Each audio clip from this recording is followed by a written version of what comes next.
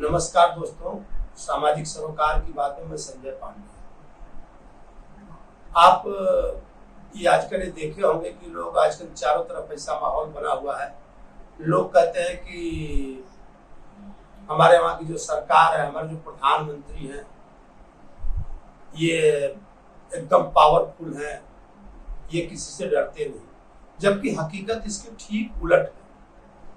और हमारे देश में भ्रष्टाचार से लड़ना या उसके बारे में जो कानून बनाना, कई ऐसी संस्थाएं हैं जो कि कभी कभी हमारे प्रधानमंत्री, आपको याद होगा, मैं जरा सा आपको पीछे ले चलूं तो एक बार एक जो मेडिकल बिल आई थी, आपको पता है, एक बार प्रधानमंत्री ने सिर्फ इतना कहा था कि डॉक्टर कमीशन लेते हैं दवा की कंपनियों से। इतना बवाल मचा था, डॉक्टरों ने कहा, जबकि यह हकीकत है, यह हकीकत है, लेकिन फिर भी उसको कोई कह नहीं सकता।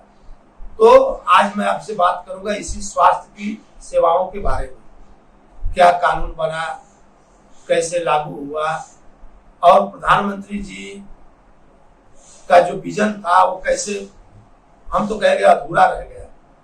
जैसे जब उन्होंने विधेयक लाया और जो यहाँ की आईएमए थी उसको उन्होंने करके यहाँ पे आयोग बनाया। आयोग का जब गठन हुआ तो उसमें एक, आप लोगों ने सुना होगा, एक ब्रिज कोर्स की बात हुई थी। जी हाँ, कि जो आयुर्वेद के या होम्योपैथ के जो लोग डॉक्टर होंगे, ये एलोपैथी की प्रैक्टिस भी कर सकेंगे। इस ब्रिज कोर्स को लेकर के काफी बवाल हुआ और आज तक यह मैटर लटका पड़ा है। तो और देखा जाए तो एक तरह से करीब करीब ठंडे बस्ते में उसमें एक बात कही गई कि हाँ, ये कुछ लोग ऐसी प्रैक्टिस कर सकते हैं, कोई हेल्थ सेंटर बना करके जो गांव है, गांव के इलाकों में लोग इलाज करेंगे, शहरों में लोग इलाज नहीं कर सकते। तो वहीं पे ऐसा लगा जैसे जो ये आयोग बना, तो आयोग अपना जो उसका जो काम था शायद वो पूरे सही तरीके से नहीं कर पाया। और जो कमीशन खोरी थी स्वास्थ्य की सेवाओं में, जो कमीशन खोरी थी, अब मैं इसको कई भागों में डिवाइड करता हूं। पहले मैं इसको मेडिकल और दवा के रूप में लेता हूं, फिर बाकी पर चर्चा और बाद में हम करेंगे, नहीं तो चर्चा थोड़ी विस्तृत हो जाएगी। अब मेडिकल स्टोर को ले लीजिए, तो मेडिकल स्टोरों की यह हाल है, कुछ जगह पे ग्राहक भी जागरूक हुए, जो कि मेडिकल स्टोर से कहते हैं कि भाई आप हमें दवा दे रहे हैं तो कितने % की आप हमें छूट देंगे। तो वहां पे जो मेडिकल स्टोर वाला है वो इस बात को लेकर के वो हो जाता है, कौन 20% देगा, कौन 30% देगा।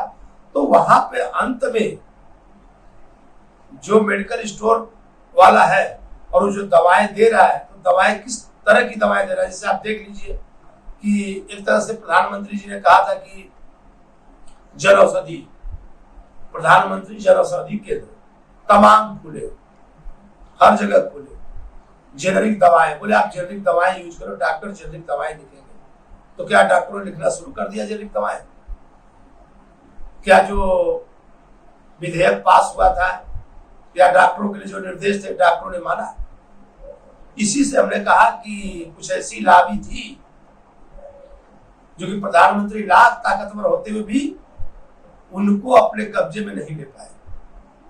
जेनरिक दवाएं, आज ग्राहक बेचारा, आम ग्राहक ठगा जाता है। जब वह पेपर लेकर के, डॉक्टर का पर्चा लेकर के दवाओं के दुकानों पर जाता है तो उसे दवाएं ब्रांडेड मिलती है या जेनरिक मिलती है, और वो किसी को नहीं मालूम। वो तो डॉक्टर जानते हैं या मेडिकल वाला जानता है। और उन दवाओं पे, जेनरिक दवाओं पे जो मूल्य लिखा होता है, उसकी जो प्राइस होती है वो बहुत ज्यादा होती है। क्या कंपनियों से हमारे प्रधानमंत्री उन दवाओं के बारे में या उनके जो रेट थे उन पर दबाव बनाया गया कि भाई आपने जो MRP लिखी है वो उचित लिखी है?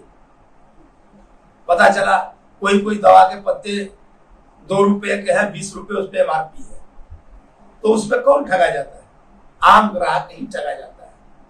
और लास्ट में चल करके सरकारें कुछ भी हल्ला मचाने लगी। ये जो